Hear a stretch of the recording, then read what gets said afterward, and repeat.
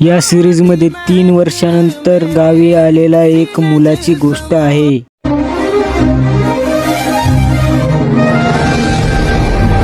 अरे आपलं गाव बदलणार जसेल तसंच आहे. समय तुला आठवते का आपण इथं लहानपणी करवंदे खायचो. खाल्लेलं तर मिठासंग आपण खायचो करवंद येते माहिती का. आज 3 वर्ष झाले शहरात राहून भरपूर काही मिळालं, पण हे गावाकडं सुख आपल्या गावाकडेच मिळत असतं. पगली है दुनिया रब को मनाने मंदिर.